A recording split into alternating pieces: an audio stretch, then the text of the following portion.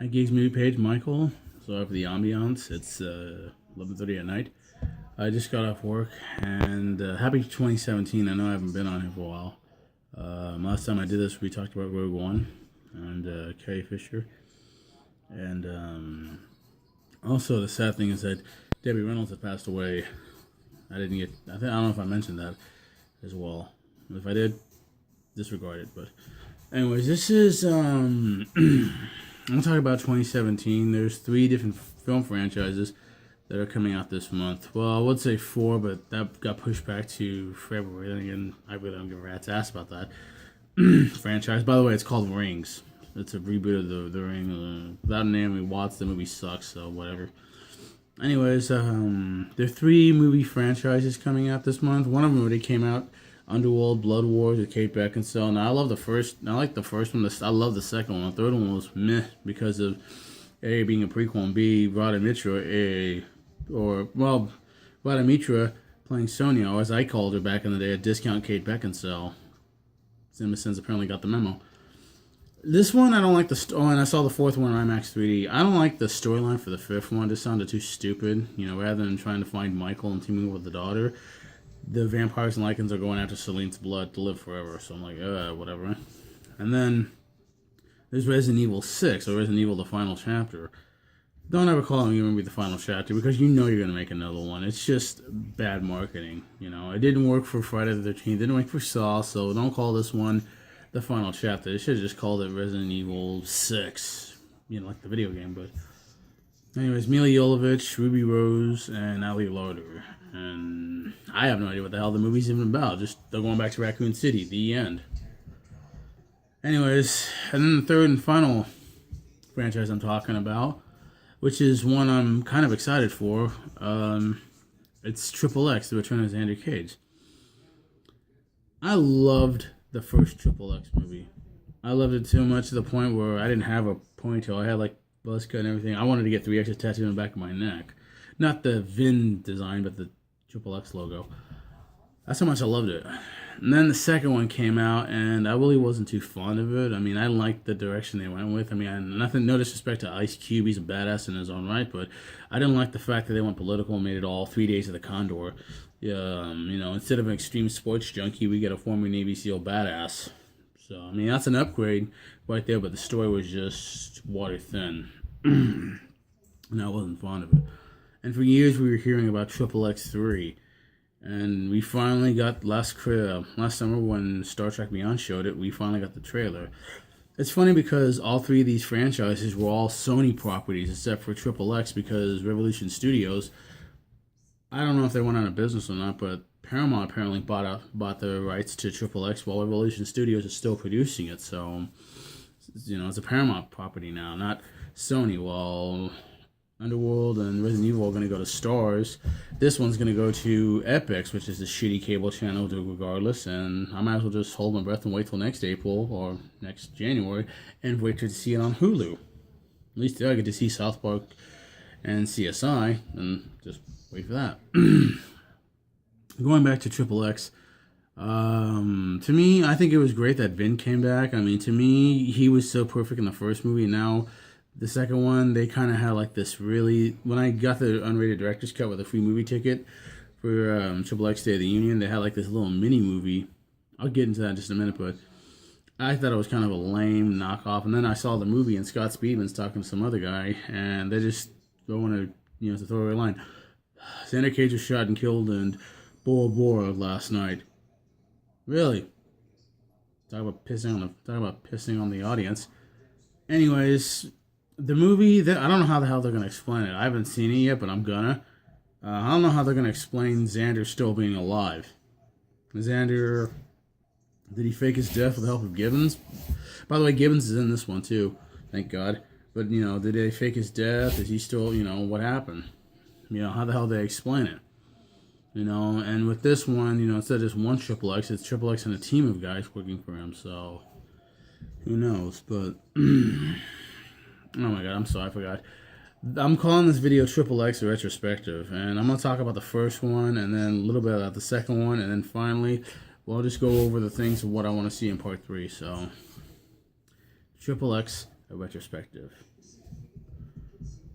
I just remember when I saw the first Resident Evil movie, ironically enough, they showed a preview for XXX, and I remember, like, in the end of I think it was September of 2001, that Vin had signed a deal with Sony to do XXX, and he was going to play a character named Xander Churchill, and Xander was still an extreme sports junkie, but he was going to do something, he was still going to be doing spy stuff, but later in the movie, they just changed his name to Xander Cage.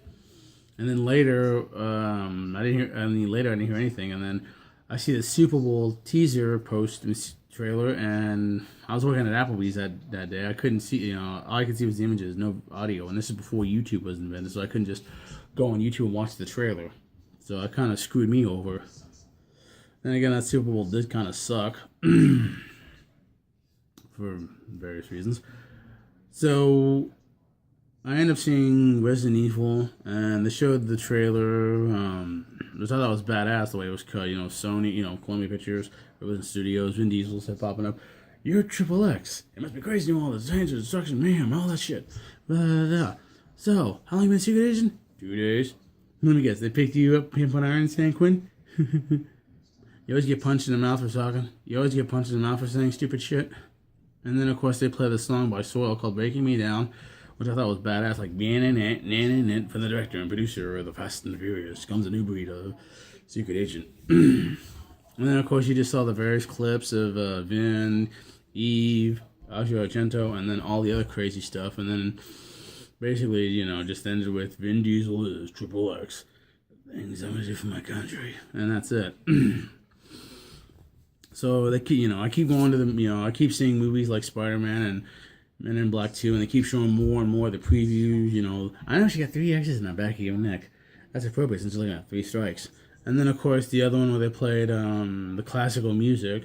I forget the name of the song's called Harappa, and I can't remember who did it. It's the same guy who did the Spider-Man theme song, Pompeii. But, anyways, so XXX, the movie starts off with no logo music and no studio music, just the Sony logo and then the Revolution Studio logo, and then the Rammstein song, Firefight, opens. Just the whole boo doo doo doo doo doo doo doo doo doo doo doo doo doo bang, and then the XXX logo appears, and the next thing you know, you just see this guy in Prague, walking around all mysterious, and then a man in black jumps him, steals what's in his pockets. Then the guy takes off his mask and then takes off his suit, and he's wearing a tuxedo, basically a Bond knockoff. While this happens, 2 guys are chasing him. Big blonde-haired Russian guy with a machine gun and a Rammstein shirt and his buddy.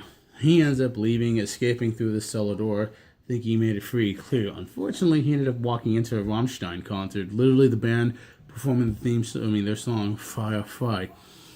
And while this is happening, while he's trying to get out of there, the 2 guys, the blonde guy and his friend Victor. By the way, the blonde guy's name is Kolya. He calls his brother Yorgi, and they're part of a terrorist group called Anarchy 99, former Russian Spetsnaz who now created their own paramilitary splinter cell.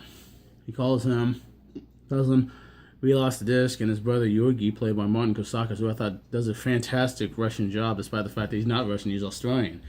He's played a Russian in this movie, The Bourne Identity, and The Equalizer, playing Teddy, a.k.a. Nikolai, who I thought was just awesome, and just held his own against Denzel, which I thought was such a great role for him.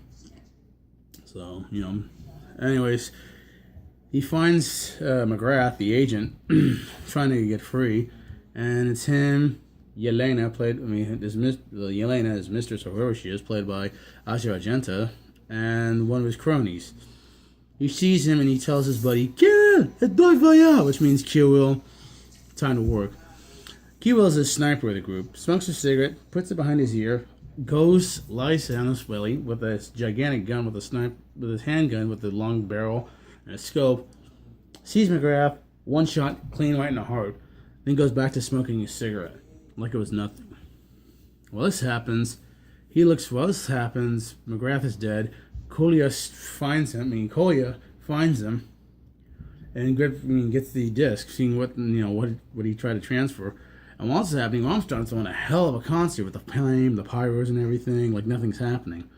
So then after that, Yorgi goes to have a little bit of absinthe, lights it spin on fire, sticks it in there, drinks it, and the song ends. Bang, bang. And then we cut to Washington, D.C., where the CIA is trying to figure out what's going on. While this is happening, Special Agent in charge, Augustus Gibbons, is there to tell them, you guys are being set up by a terrorist group known as Anarchy 99. They're former military and they can smell the training on our agents a mile away. Excuse me.